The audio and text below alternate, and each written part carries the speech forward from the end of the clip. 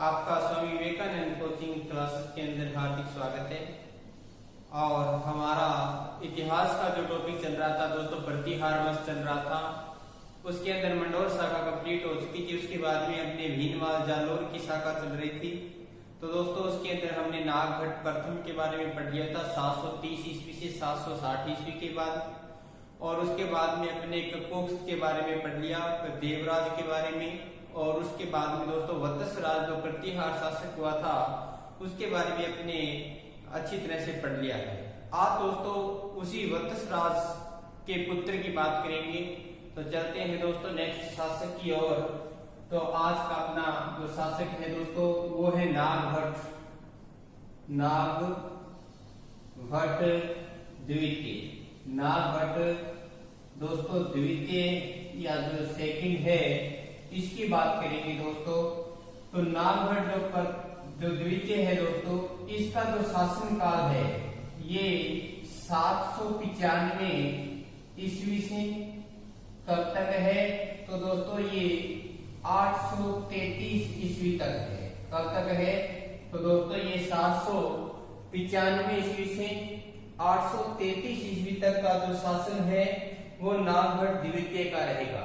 अब दोस्तों इस नागभट्ट के अगर अपने पिता की बात करें तो पिता का नाम है वो वत्स राज था। क्या नाम था? वत्स राज था। और अगर माता की बात करें तो माता का नाम सुंदरी देवी था। क्या नाम था?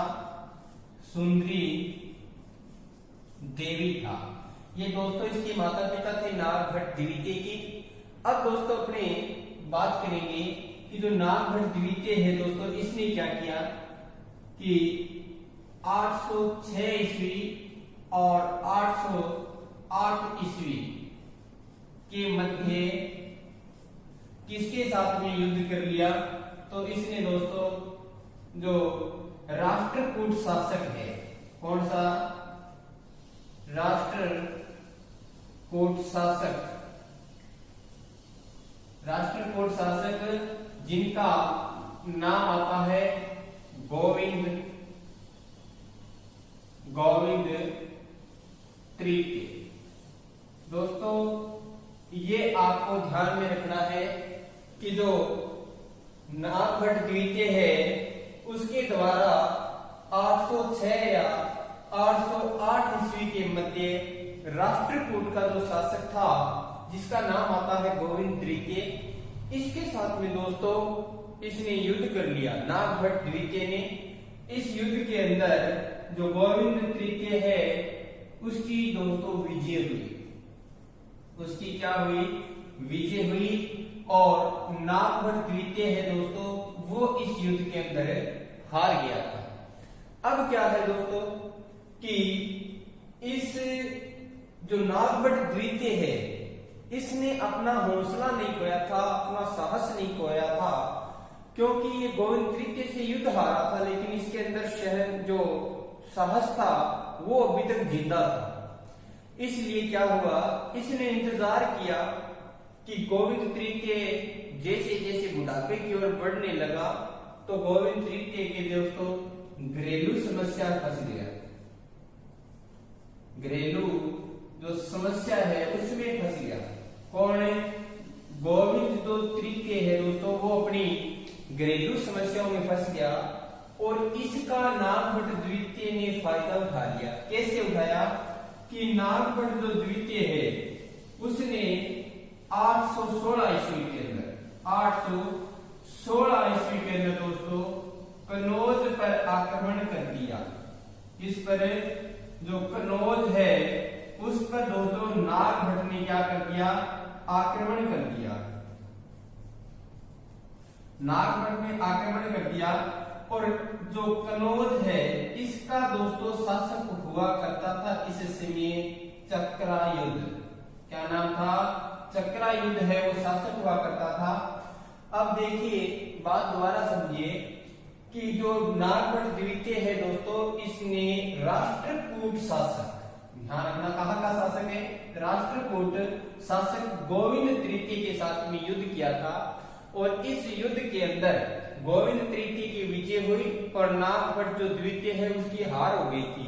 इस कारण नागभट्ट द्वितीय ने अपना साहस नहीं खोया और क्या किया उसने कि इंतजार किया, और गोविंद तृतीय जैसे ही अपनी घरेलू समस्याओं में फंस गया था तो उसके बाद में क्या हुआ कि मौका पाकर नागभट्ट द्वितीय ने 816 ईस्वी के अंदर कनौज पर आक्रमण कर दिया। उस समय क्या है, कनौज का जो शासक है वो चक्रायुध था। कौन था? चक्रायुध था। और जो चक्रायुध है दोस्तों ये बंगाल के जो पाल वंश था, बंगाल के जो पाल वंश है उसमें धर्मपाल का नामजद शासक था। अब बात समझना है कि जो बंगाल का शासक था पाल वंश का धर्मपाल, उसके अधीन चक्रायुध था। जब चक्रायुध को नागभट्ट द्वितीय ने पराजित कर दिया तो ये धर्मपाल है ये थोड़ी टिक कर बैठेगा। इसने भी क्या किया, धर्मपाल के द्वारा दोस्तों नागभट्ट पर आक्रमण कर दिया गया। क्या कर दिया गया? नागभट्ट पर आक्रमण किया गया। किसके द्वारा? धर्मपाल के द्वारा।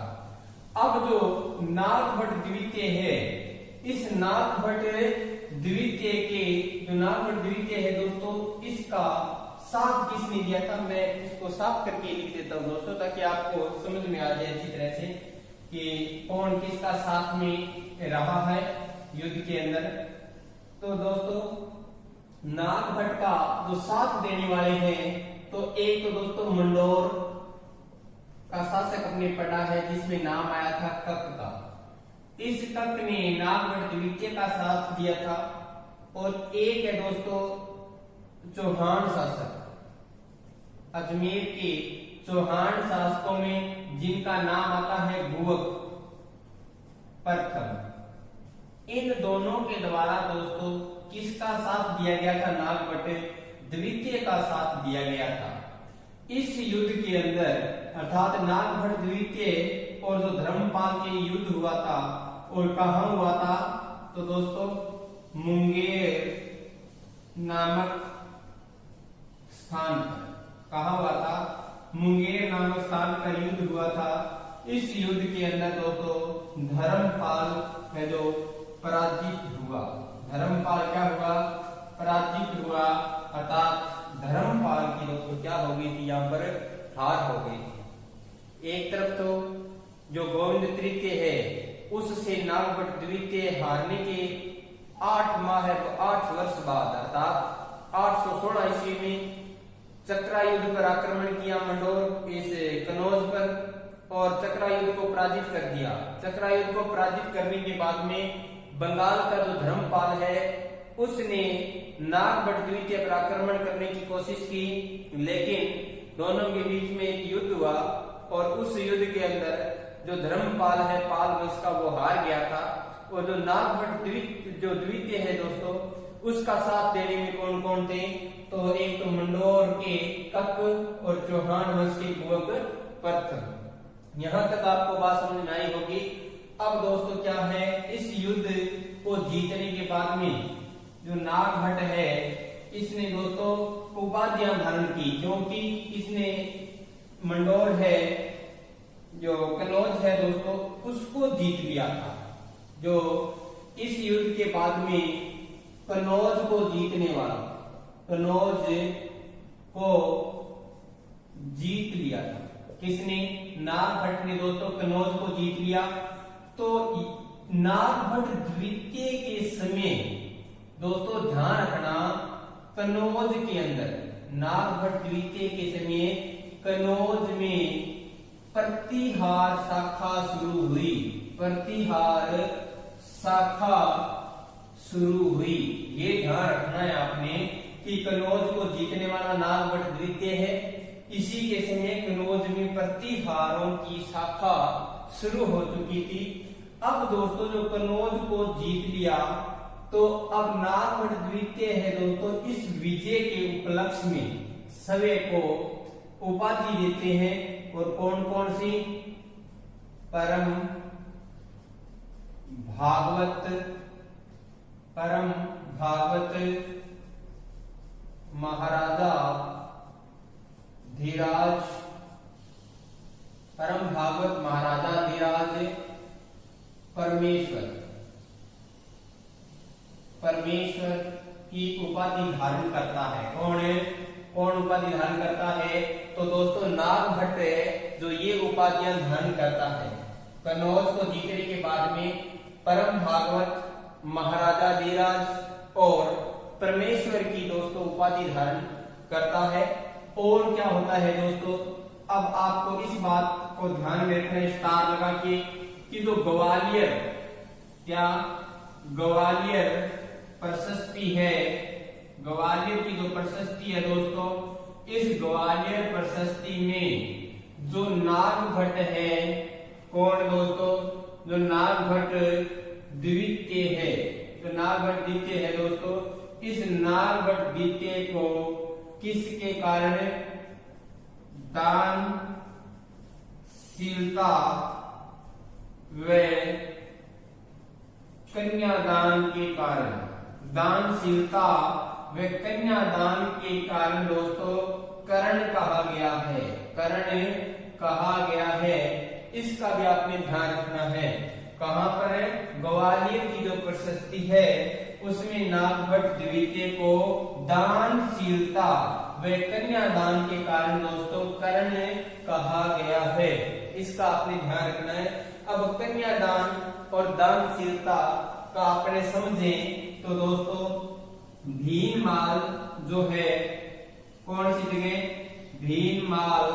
इस भीनमाल के अंदर एक ऋषि रहा करते थे जिनका नाम है जज्जक। क्या नाम है? जज्जक ऋषि। जज्जक ऋषि रहा करते थे दोस्तों। इस जज्जक ऋषि के एक पुत्री थी। क्या थी? एक पुत्री थी दोस्तों, जिसका नाम था जाबाली। क्या नाम था? जाबाली नाम था दोस्तों। किसका? जो जज्जक की पुत्री है उसका नाम जाबाली था। और इस जाबाली को नागभट्ट द्वितीय के द्वारा दोस्तों क्या ले लिया गया? गोद ले लिया गया। और इसे को गोद लेने के बाद में इसकी कर दी शादी। नागभट्ट द्वितीय ने इसकी शादी कर दी। और शादी की किसके साथ में? तो ध्यान रखना दोस्तों, चौहानों के साथ में की थी। और चौहान शासक जिसका नाम आता है गुवग प्रथम। क्या नाम आता है? गुवग प्रथम के साथ में जाबाली की शादी कर दी थी। किसने? भीनमाल के जो जज्जक ऋषि है उसकी पुत्री की शादी किसने की थी? नागभट्ट द्वितीय ने। ये जानकारी मिलती है ग्वालियर प्रशस्ति के अंदर, जो दोस्तों बालादित्य के द्वारा रचित है। इसको दानशीलता व कन्यादान के कारण क्या कहा गया है? कर्ण कहा गया है जी, क्योंकि इसने भीनमाल जालोर के एक ऋषि जिनका नाम जज्जक ऋषि आता है, उस जज्जक ऋषि की पुत्री जिसका नाम जाबाली आता है, और इस जाबाली का विवाह है दोस्तों किसके साथ में किया था? तो आमेर के जो चौहान शासक थे गुवग प्रथम, उसके साथ में है जो जाबाली की शादी कर दी थी। अब दोस्तों जो जज्जक ऋषि है उनकी मृत्यु मांडोर के अंदर होती है। तो इस जाबाली ने नागभट्ट द्वितीय को कहा कि मेरे पिता की याद में वहां पर कुछ बना दिया जाए। तो इस दोस्तों जाबाली के आग्रह पर नागभट्ट द्वितीय ने मंडोर के अंदर, या अपने यूं कहें कि जो जहां पर इस जज्जक ऋषि की समाधि बनी हुई है वो स्थान है जोधपुर में, जोधपुर के अंदर। और उस स्थान का नाम है बचकुला। जो बचकुला स्थान है, उस स्थान पर दोस्तों जहां पर जज्जक ऋषि की समाधि है वहां पर नागभट्ट द्वितीय के द्वारा एक तो विष्णु का मंदिर बनवाया गया और एक बनवाया गया शिव का मंदिर। किसका मंदिर बनवाया गया? एक तो विष्णु जी का मंदिर बनवाया गया और एक शिव मंदिर बनवाया था। तो दोस्तों यहाँ तक आपको सब बात कंप्लीट अच्छी तरह से समझ में आई होगी। अब दोस्तों अपने बात करते हैं नागभट्ट द्वितीय के और कुछ जो शेष बच गया उन बातों के बारे में दोस्तों। तो अब अपने बात करेंगे नागभट्ट द्वितीय के संदर्भ में जो कुछ बातें बची है दोस्तों उनके बात करेंगे। तो दोस्तों नागभट्ट जो द्वितीय है इनके बारे में बताते हैं कि इन्होंने 23 अगस्त 833 ईस्वी को 23 अगस्त 833 ईस्वी को गंगा के अंदर, कहां पर है, गंगा में जल समाधि ली थी, गंगा में जल समाधि ली थी, गंगा में जल समाधि ली थी। और ये जानकारी दोस्तों मिलती है कहां पर, तो चंद्र प्रभ सूरी का एक ग्रंथ है दोस्तों जिसका नाम है प्रभावक चरित। क्या नाम है, प्रभावक चरित नामक दोस्तों ग्रंथ है। उस ग्रंथ के अंदर 23 अगस्त 833 ईस्वी को नागभट्ट द्वितीय के द्वारा गंगा में जल समाधि लेने का प्रमाण या उसमें लिखा हुआ मिलता है। तो दोस्तों यहां तक आपको बात समझ में आई होगी। अब अपने एक बात ये ध्यान रखना है कि दोस्तों नागभट्ट द्वितीय के समय प्रतिहार के बारे में कहा जाता है, ये बात ध्यान रखना कि उत्तरी भारत का सबसे शक्तिशाली प्रशासन था,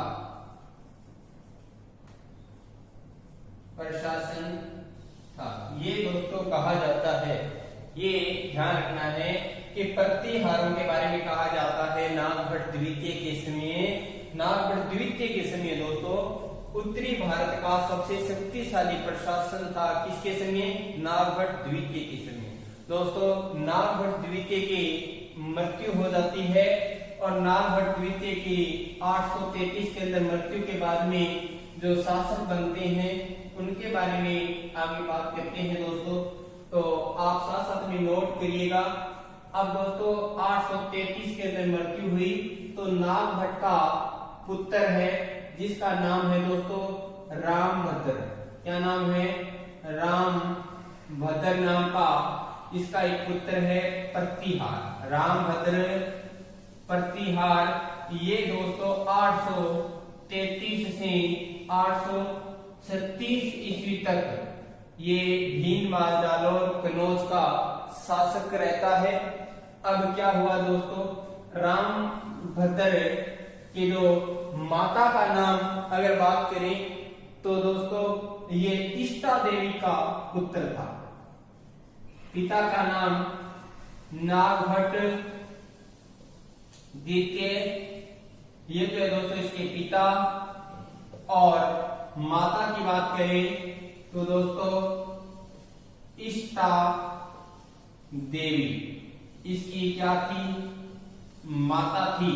लेकिन दोस्तों रामभद्र है, इस रामभद्र ने शादी की थी किससे, अर्थात इसकी पत्नी का नाम दोस्तों अप्पा देवी था। क्या नाम था, अप्पा देवी इसकी पत्नी का नाम था। और रामभद्र को पाल वंश के शासक जिनका नाम आता है देवपाल, क्या नाम आता है, देवपाल ने पराजित किया था।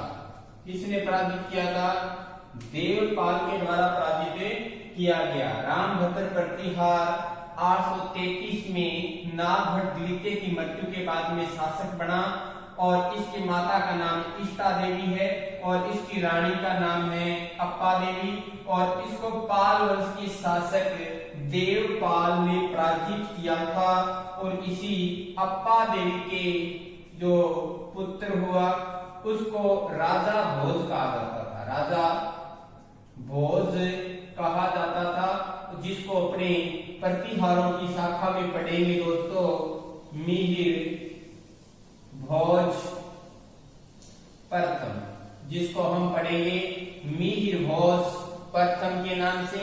तो दोस्तों यही मिहिर भोज है जो अपने पिता की इस दुर्बलतापूर्ण जो प्रशासन को देखकर हत्या कर देता है और मिहिर भोज है जो प्रतिहारों का शासक बनता है। तो दोस्तों अब अपनी बात करेंगे मिहिर भोज प्रतिहार शासक के बारे में। तो पढ़ते हैं दोस्तों मिहिर भोज को।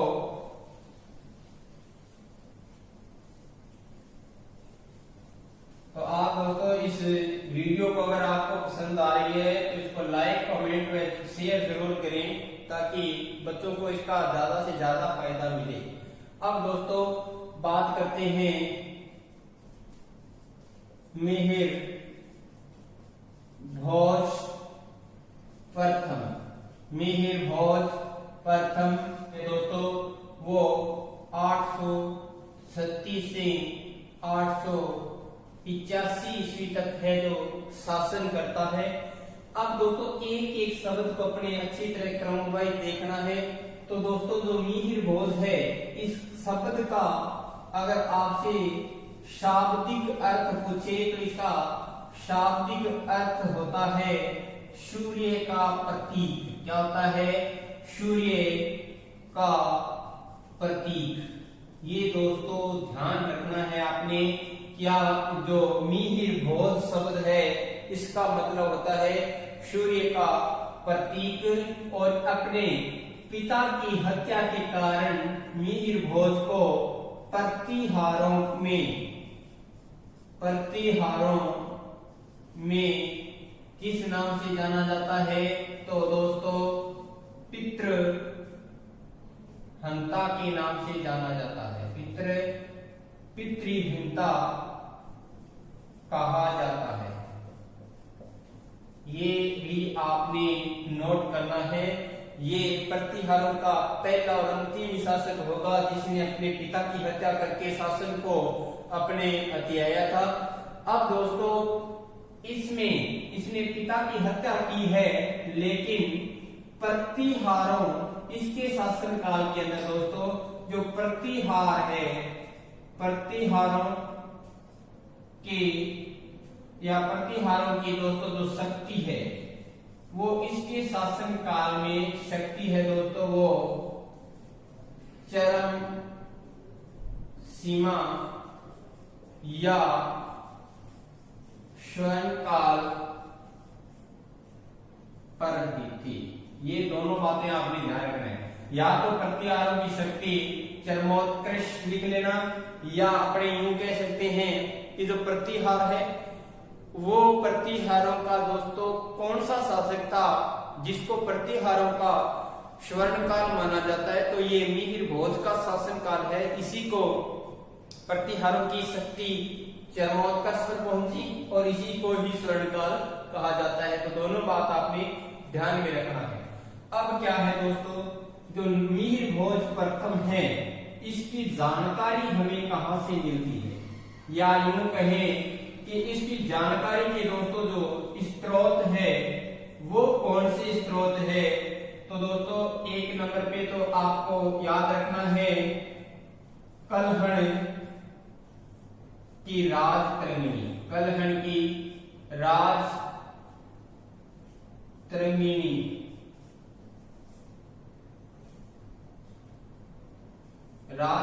याद रखना है। और दूसरा है दोस्तों ग्वालियर प्रशस्ति। ग्वालियर प्रशस्ति इसके बारे में पता होना चाहिए। और तीसरा दोस्तों अरब यात्री सुलेमान। और इस सुलेमान का यात्रा वृतांत। सुलेमान का यात्रा वृतांत ये दो दोस्तों इंपॉर्टेंट है। इन्हीं से हमें पता चलता है किसके बारे में? मिहिर भोज की बारे में पता चलता है। तो अब दोस्तों इनके बारे में अपने और कौन सी बातें इंपॉर्टेंट है वो देख लेते हैं दोस्तों। तो ध्यान ये रखना है कि कलहण की जो राजतरंगिणी है इसमें और जो सुलेमान की पुस्तक है इस पुस्तक का दोस्तों नाम याद रखना है आपने। पुस्तक का नाम है किताब उल सिंध। किताब उल सिंध वल हिंद, किताब उल सिंध वल हिंद, ये दोस्तों किसकी किताब है या पुस्तक है? तो सुलेमान की है। किताब उल सिंध वल हिंद, इस पुस्तक के अंदर और जो रात तरंगिणी है इसके अंदर दोस्तों ध्यान रखना है क्या लिखा हुआ है? 851 ईस्वी में। कब? 851 ईस्वी के अंदर की बात है। ये इस किताब उल सिंध वल हिंद में लिखा हुआ है कि 851 ईस्वी की बात है कि जो मिहिर भोज है उसके कुशल प्रशासन व शक्तिशाली सेना की प्रशंसा की गई है। ये प्रश्न दोस्तों पटवार के अंदर कांस्टेबल में 2-3 बार पूछ लिया गया है कि 851 के अंदर किस प्रतिहार शासक के बारे में सुलेमान ने अपनी पुस्तक में वर्णन करते हुए यह कहा है कि उसका जो प्रशासन है वो कुशल और शक्तिशाली सेना से समृद्ध था। तो दोस्तों मिहिर भोज उसका आंसर सही था और यही प्रश्न इंपॉर्टेंट भी है दोस्तों आगे की परीक्षा के लिए भी। अब दोस्तों यही बात को किसने दोहराया है? कलहड़ की राज तरंगिणी में। अब अपने ग्वालियर जो प्रशस्ति है दोस्तों, इस ग्वालियर प्रशस्ति की अगर बात करें तो इसकी दोस्तों रचना, ग्वालियर प्रशस्ति की रचना है वो कब हुई थी? तो वो दोस्तों मिहिर भोज प्रथम के समय हुई थी। और दोस्तों इसके रचयिता की बात करें तो दोस्तों बालादित्य है। इसके रचयिता कौन है? बालादित्य है। ये भी आपने दोस्तों याद रखना है। इधर 851 में मिहिर भोज की सेना और उसके कुप्रशासन की जो प्रसिद्धि है उसकी दोस्तों प्रशंसा की है किसने? सुलेमान ने। कौन सी पुस्तक के अंदर? किताब उल सिंध वल हिंद के अंदर की है। तो दोस्तों आपको ये याद रखना है अच्छी तरह से। अब दोस्तों अपने बात करते हैं कि जो मिहिर भोज है उसने ऐसा क्या किया जिसकी वजह से इसका शासन है वो स्वर्णकाल कहलाया और प्रतिहारों की शक्ति वो चरम सीमा पर थी। तो ये दोस्तों बात करते हैं कि एक तो मिहिर भोज है वो कट्टर हिंदू था और मुसलमान है उनका बड़ा तकड़ा या बड़ा मजबूत विरोधी था। ये देना सबसे मजबूत सारा तकड़ो अगर ललकारना कोई हो तो दोस्तों वो मिहिर भोज हो। किन्हें? मुसलमानों को, इस्लाम को। तो इसलिए मिहिर भोज को किस नामों से जाना जाएगा सुलेमान की पुस्तक में दिया है, ये दोस्तों पढ़ेंगे। लेकिन जो मिहिर भोज है दोस्तों या मिहिर भोज है इसके बारे में सबसे इंपॉर्टेंट बात तो ये है कि इसने क्या किया था? पूरे साम्राज्य को जीतने के लिए अपना विजय अभियान को आगे बढ़ा रखा था और विजय अभियान जहां भी जा रहा था विजय प्राप्त करता जा रहा था। लेकिन दोस्तों जब ये विजय अभियान कहां लेकर गया? दक्षिण में लेकर गया। तो दोस्तों एक शासक का नाम आता है ध्रुव द्वितीय नाम का एक शासक आता है दोस्तों। और ये ध्रुव द्वितीय है वो राष्ट्रकूट शासक है, राष्ट्रकूट शासक है। और इस राष्ट्रकूट शासक के द्वारा मिहिर भोज के विजय अभियान को रोक दिया गया। विजय अभियान को रोक दिया गया। ये दोस्तों प्रश्न भी पूछा गया है कि मिहिर भोज जितना शक्तिशाली होने के बाद में भी जो राष्ट्रकूट शासक का नाम बताइए जिसने मिहिर भोज के विजय ध्यान को रोक लगा दी थी, तो दोस्तों उसका नाम क्या है? ध्रुव द्वितीय है। ध्रुव द्वितीय के द्वारा ही मिहिर भोज प्रथम के दक्षिणी क्षेत्रों के जो विजय ध्यान है दोस्तों उस पर क्या लगा दी गई थी? रोक लगा दी गई थी। ये आपने ध्यान रखना है। लेकिन मिहिर भोज भी कहां टिक कर बैठने वाला है? इसने भी क्या किया कि जो मालवा का शासक हुआ करता था, और इस मालवा के शासक का नाम था दोस्तों कृष्ण तृतीय। क्या नाम था? कृष्ण तृतीय। इस कृष्ण तृतीय प्लस में चंदेल शासक जय शक्ति। क्या नाम है? जय शक्ति। और दोस्तों नेक्स्ट और है पाल वंश के शासकों की अगर अपने बात करें तो दोस्तों देवपाल, इनकी बात करेंगे देवपाल, और एक है दोस्तों नारायण पाल। इन सभी को दोस्तों संयुक्त रूप से हरा दिया था। जो मिहिर भोज है इसने इन सभी को संयुक्त रूप से पराजित किया था। संयुक्त रूप से पराजित किया था। तभी एक बार दोस्तों सेकंड ग्रेड में भी प्रश्न पूछा हुआ है या पता नहीं थर्ड ग्रेड में कि प्रोफेसर रे के अनुसार चंदेल वंश का कौन सा शासक था जिसने मिहिर भोज की अधीनता स्वीकार की थी? जिसका आंसर क्या है? जय शक्ति। ध्यान रखना दोस्तों, ये छोटी बात नहीं है, बहुत बड़ी बात है। इन चीजों को संयुक्त रूप से जब कोई युद्ध के अंदर भाग लेने वाले हैं, उनको पराजित करने वाले हैं, तो उनको याद रखना है दोस्तों। अब क्या है? जो कृष्ण तृतीय चंदेल शासक जय शक्ति और पाल वंश के देवपाल में नारायण पाल को पराजित कर दिया। इसके बाद में दोस्तों इसने इनको संयुक्त रूप से पराजित करके अब जो कनौज है दोस्तों उस पर कनौज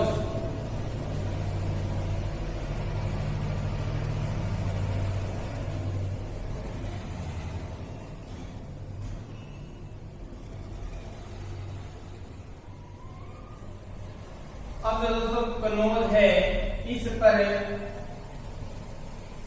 पूर्ण के अधिकार कर लिया। क्या कर लिया? इस पर पूर्ण के अधिकार कर लिया। किसने? तो पूर्ण के अधिकार करने वाला कौन है? मिहिर भोज है। नागभट्ट द्वितीय ने कनौज को राजधानी जरूर बनाया है, लेकिन उसको पूर्ण रूप से प्राप्त करने का श्रेय किसे जाता है? मिहिर भोज प्रथम को जाता है, क्योंकि इनने सभी को संयुक्त रूप से पराजित करके और कनौज को पूर्ण अधिकार किया। और ये कनौज है वो दोस्तों अगले 100 वर्षों तक, आने वाले 100 वर्षों तक है वो प्रतिहारों की राजधानी के रूप में जानी जाती थी। यहाँ तक दोस्तों आपको समझ में आया होगा अच्छी तरह से। अब दोस्तों इतनी बड़ी खुशी की बात है तो मिहिर भोज तो उपाधियां धारण करेगा, और वो कौन कौन सी उपाधि धारण करेगा दोस्तों, वही बात करते हैं अपने। तो अब जो मिहिर भोज के द्वारा दोस्तों उपाधियां धारण की जाएगी, क्योंकि इसने अपने आप में एक बहुत बड़ा काम किया है। तो दोस्तों मिहिर भोज ने जो उपाधियां ग्रहण की उसमें है आदि बराह की उपाधि धारण की। आदि बराह के बाद में दोस्तों प्रभास और प्रभास पाटन, सार्वभौम और दोस्तों मालवा चक्रवर्ती, ये उपाधियां धारण की थी। किसने? मिहिर भोज के द्वारा ये उपाधियां धारण की गई दोस्तों। और क्या किया गया? मिहिर भोज के द्वारा ये उपाधियां धारण की गई, और दोस्तों मिहिर भोज के द्वारा सोने व चांदी के सिक्के चलाए गए, और उन सिक्कों पर जो नाम अंकित था वो था श्री मद आदि बराह, उन सिक्कों पर दोस्तों नाम अंकित था। सोने व चांदी के दरहम नाम के सिक्के चलाए थे।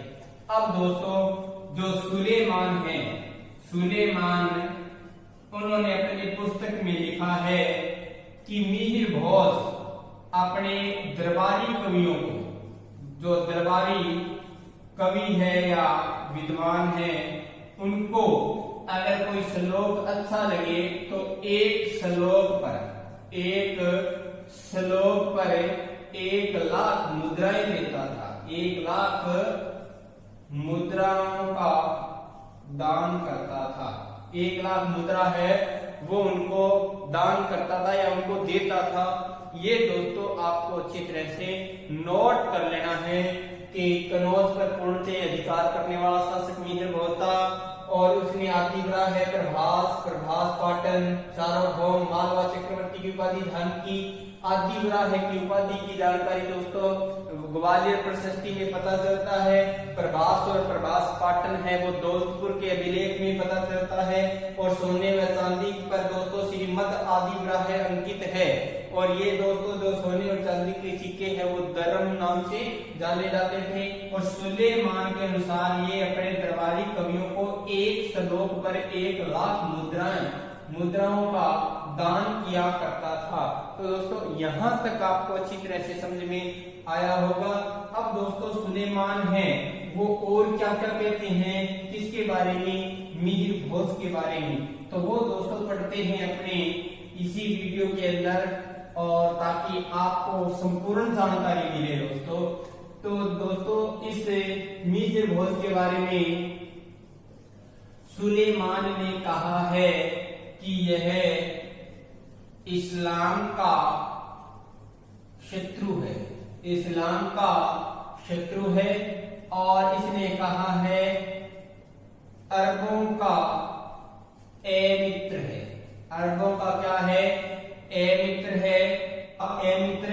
और इसी को कहा गया है इस्लाम की दीवार, इस्लाम की दीवार कहा गया है।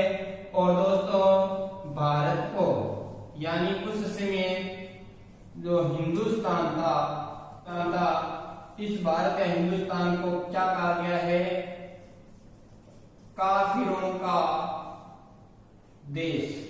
काफिर कौन होते हैं दोस्तों, काफिरों का देश कहा गया है। सुलेमान ने कहा है कि जो मिहिर भोज है वो इस्लाम का शत्रु है, अरबों का ए मित्र है, इस्लाम की दीवार है।